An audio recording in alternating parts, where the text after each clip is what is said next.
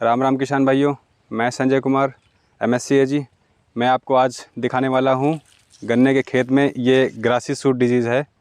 Grassy suit disease हमारे गन्ने के खेत में बरसात के दिनों में सबसे ज़्यादा दिखने वाला रोग है और यह हमारी उपज को 90 से 100% तक प्रभावित करता है। इससे हमारे खेत में गन्ना नहीं बन पाता है।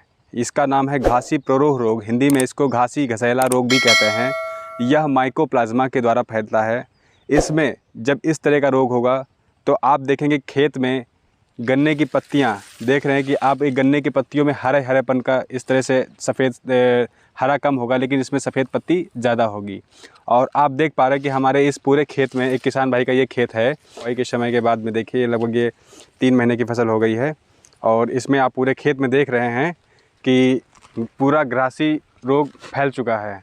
अब इनके खेत में बहुत बड़ी समस्या ये है कि इनकी पैदावार लगभग 75 से 80% इस समय प्रभावित दिख रही है। तो आपको हम इसको फैलने वाले कारकों के बारे में बताते हैं। इसको फैलने के लिए आप शुरुआत में फैलने से रोकने के लिए आपको बुआई के समय MHAT में 50 से 52 डिग्री सेंटीग्रेड टेम्परेचर पे उसको उपचारित करना है।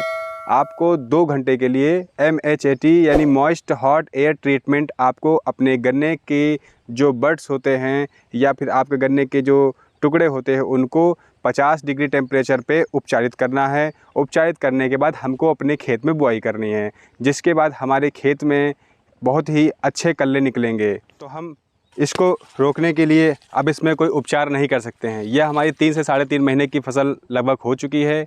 इसको हम अब नहीं रोक पाते हैं, लेकिन अब यही है, इसके लिए हमको अब ये गन्ना बन जाने देना चाहिए और इसका जो भी हमारा गन्ना होता है उसको फैक्ट्री को सप्लाई कर देंगे। सप्लाई करने के बाद इसमें पेड़ी की फसल में सबसे ज़्यादा आपको घासी प्रोह का रोग देखने को मिलेगा। तो इसलिए हमको ऐसी पौधे की फसल यानी पेड़ी को हमको जोत देना है। ऐसी पेड़ी को हमको नहीं रखना है और ऐसी फसल का यानी इस तरह के गन्ने का हमें कहीं किसी खेत में बीज के रूप में इस्तेमाल नहीं करना है।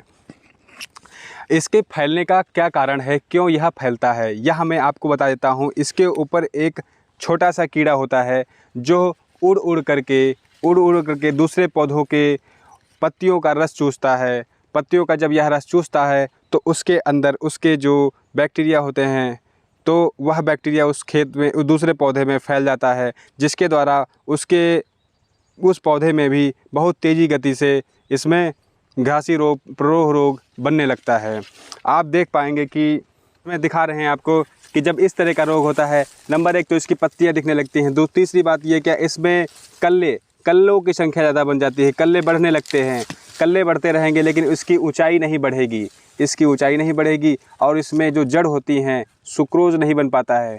इसमें ग्लूकोज की मात्रा रहती है, वह केवल इसकी बढ़वार ज़्यादा ऊंचाई तक नहीं हो पाती है। इसमें केवल कल्ले बढ़ते रहते हैं और यह गन्ना हमारे लिए बहुत ही हानिकारक है। और इससे हमारे खेत में जो हमारे पड़ोस की फसल रहती है उस खेत में भी कीड़े जा करके उड़ करके उन खेतों में फैलाते हैं। जैसे यह बहुत बड़ी मात्रा में हमारे गन्ने की फसल को नुकसानदायक है। इसको रोकने के लिए हमको स्वस्थ बीज को इस्तेमाल करना चाहिए और हमको अपने खेत में समय समय पे निगरानी करनी चाहिए। इस कीट को अगर आपके खेत में नहीं लगा है तो आपके खेत में देख लेना चाहिए कि ग्रास हॉपर अगर खेत में फैल रहा है तो आपको ग्रास हॉपर को रोकने के लिए क्लोरपाइरीफास 1.25% का स्प्रे करें और या फिर इमिडाक्लोरपिड का इस्तेमाल अपने खेत में करें, जिससे कि यह कीड़ा रुक जाएगा और आपके खेत में इस तरह की समस्याएँ नहीं आएंगी। आपको हमारा अगर यह वीडियो अच्छा लगता है तो आप उसको लाइक करें, शेयर करें और सब्सक्राइब करें। आपका बहुत बहुत धन्यवाद।